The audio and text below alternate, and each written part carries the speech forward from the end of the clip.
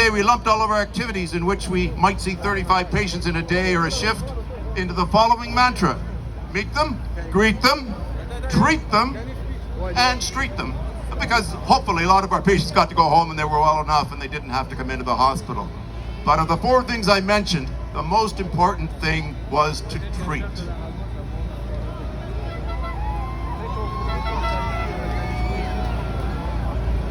What use is it to go to a medical doctor if they can't treat you?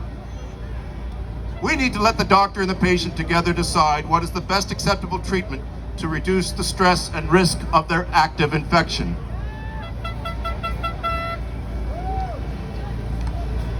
Other doctors were on the stage about 2 hours ago. They're marvelous people. They're heroes to me. They're specialized individuals who have been able to point out that significant treatments, which were very safe, were not allowed to be used. If these medications were used in the pre-thrombosis stage, hospitalizations were virtually completely avoidable. You know what these two baseline medications are. You followed the news, or when you can get it from sources that aren't too bizarre.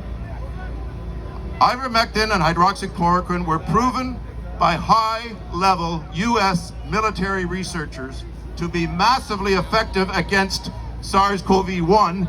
That was known in 2016. 2016, all of the agencies knew that the best antivirals sitting there ready to go if there was ever a viral pandemic were hydroxychloroquine and ivermectin. These just didn't come into the picture a couple of years later or in the midst of the pandemic. They were completely known in 2016.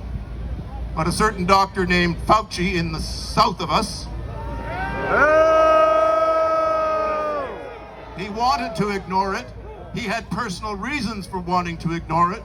He had personal reasons for wanting to hide the source and the mechanism of this pandemic occurring, and so he and others went to great lengths to say that antiviral treatments just shouldn't be used.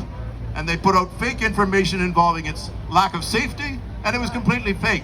I prescribed hydroxychloroquine 35 years ago to patients going to Vietnam who wanted to not get malaria. So they took it for 4 weeks. They took that drug for 4 weeks, they and their children, to safely not get malaria. They all came back happy, had a lovely holiday. No sickness, no heart complications. Hydroxychloroquine has been safe for decades. Ivermectin is also a form of an antiviral, although it works by a different mechanism. But again, the US military researchers found it to be safe, spoke to its safety, and recommended its use if there was ever a pandemic of a COVID type. You don't think this is a COVID type? I think we've been told for 2 years this is a COVID type infection, right?